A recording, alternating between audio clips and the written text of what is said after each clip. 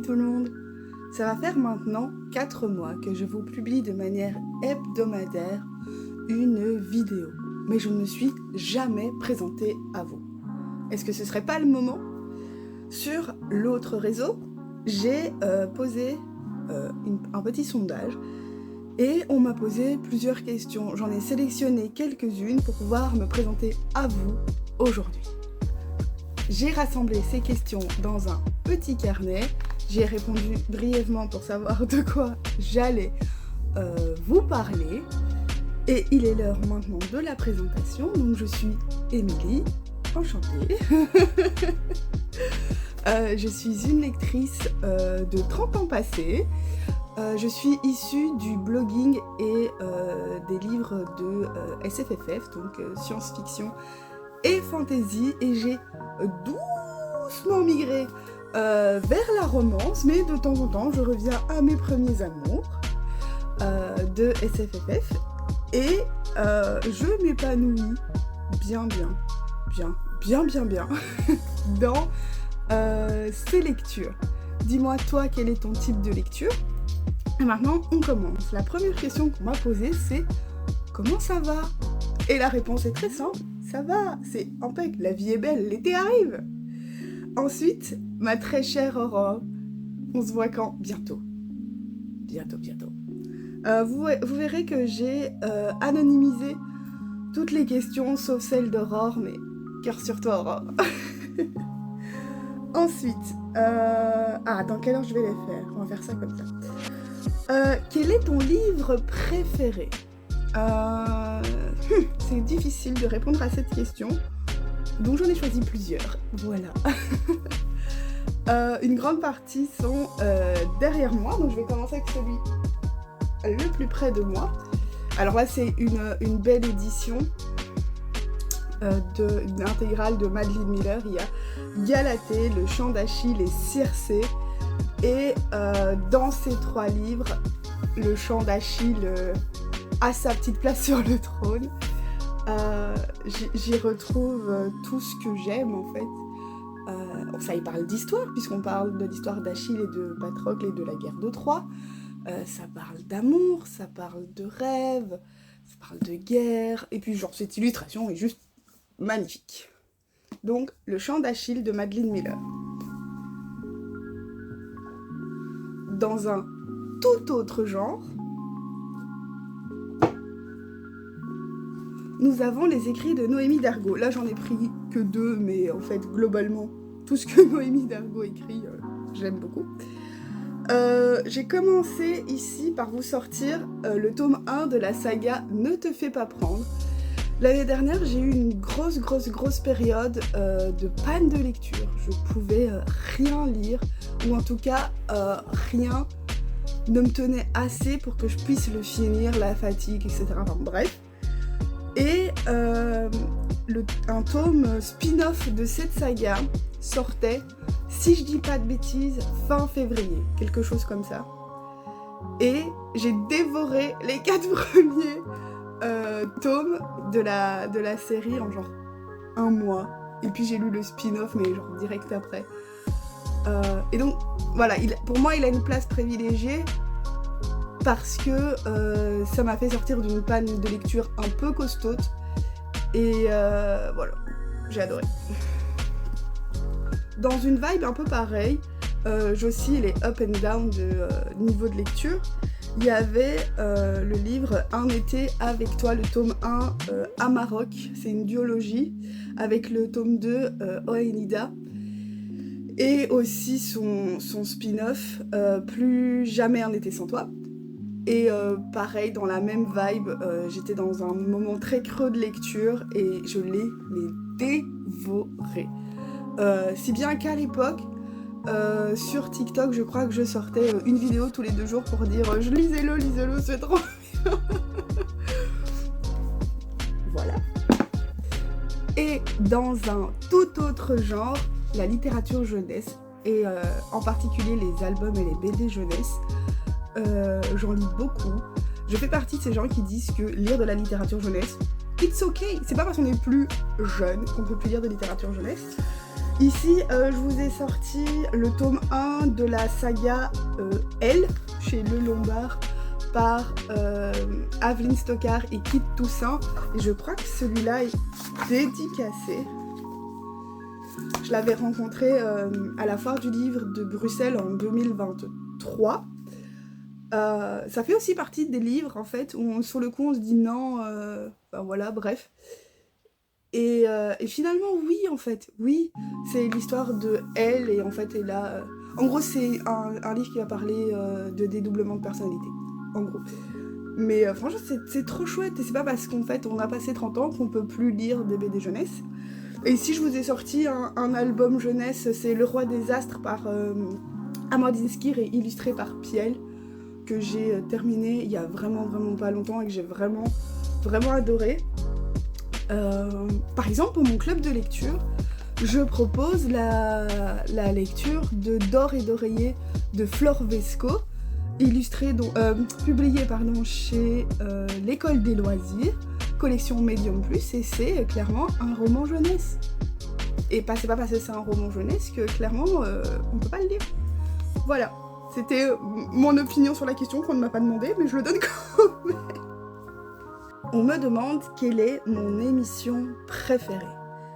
Je regarde très peu la télévision. Ici récemment, je peux dire que j'ai regardé Danse avec les stars. Voilà, j'ai bien aimé. C'était vraiment sympa, et pour le coup, je regarde Danse avec les stars, je regarde les parties de chorégraphie et le reste, je m'en fiche. Voilà. Vraiment, je crois que je pourrais regarder cette émission en 40 minutes à tout péter. Mais bon, voilà, bref, moi j'ai bien aimé. Dans le type émission, je regarde aussi Secret d'Histoire de temps en temps, parce que j'aime bien. Sinon, en fait, je pense que je suis plutôt série et podcast audio. En série ici, ce que j'attends en série taille, c'est The Next Prince. Je vous mettrai certainement ici une affiche de la série. Et en série coréenne que vous pouvez retrouver sur Netflix, il y a Weak Hero Class 1 et Class 2 qui est sorti ici il y a pas longtemps, qui est vraiment très sympa. Mais dans deux genres totalement différents. Ensuite, en podcast, j'écoute énormément les gens, donc par Guillaume Play. En fait, peu importe par qui c'est présenté, ce qui m'intéresse, c'est les histoires des personnes qui sont là. Ensuite, j'écoute 3 fois par semaine le pire podcast cinéma par Victor Bonnefoy. C'est la même personne qui était Indepanda, et il sortait sur YouTube sa série Unknown Movies. Donc en gros, il faisait de la présentation de films inconnus et c'était trop chouette. Et de nouveau en podcast audio ici, il y en a un que j'écoute régulièrement, c'est La Base par Chose à savoir, ou Chose à savoir par La Base, je sais pas. Et en gros, c'est des petites capsules de 3 minutes qui reviennent sur un sujet. Ici, le dernier en date, c'était Madame Bovary, il y a aussi la Chapelle Sixtine, il y a le Cap 40, il y a... Vraiment, ça brasse large, mais c'est vraiment sympa et ça fait le point rapidement sur un sujet. Ensuite, on me demande ma boisson préférée. Je dois bien admettre que ma boisson préférée, c'est le Coca Zéro. Oui, je sais, c'est mal, tout ça. Cependant, je bois également régulièrement dans ma safe place, mais ça, je vous parlerai après de où est ma safe place. D'eau pétillante à la pêche. J'ai découvert ça bien frais. Oh, c'est un bonheur. Et ensuite, en boisson chaude, je bois régulièrement des mochachinos. Voilà, avec beaucoup de lait. Ensuite, on me demande d'où viennent mes idées de vidéos. Et en fait, mes idées de vidéos peuvent venir de partout. Mais quand je dis partout, c'est vraiment partout. Je vais voir un beau ciel bleu avec un soleil jaune de fou et je vais me dire « Ah bah tiens, je vais faire une vidéo, je vais faire une sélection de livres qui me font penser à l'été. » Voilà. Qui sont pas spécialement en été, mais qui me font penser à l'été. Ou dans la couverture me fait penser à un paysage ou ce genre de choses. Un concept, un vlog par exemple, c'est déclinable finalement à l'infini. Un vlog lecture, un vlog cuisine, un vlog challengeant, par exemple, qu'est-ce que je peux lire en 24 heures, le nombre de pages que je peux lire en 1 heure, le nombre de livres que je peux proposer sur un même sujet, enfin vous voyez, tout peut être un sujet de vidéo. D'où viennent mes idées de vidéos aussi d'autres vidéastes. Je regarde énormément d'autres vidéastes. Et en fait, parfois, ce sont leurs vidéos qui me donnent envie d'en faire une à moi.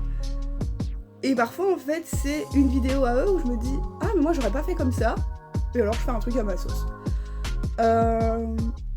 Et aussi, je n'ai aucune limite. C'est-à-dire que je prends note de toutes mes idées. Parfois, en filmant, j'ai une idée de vidéo.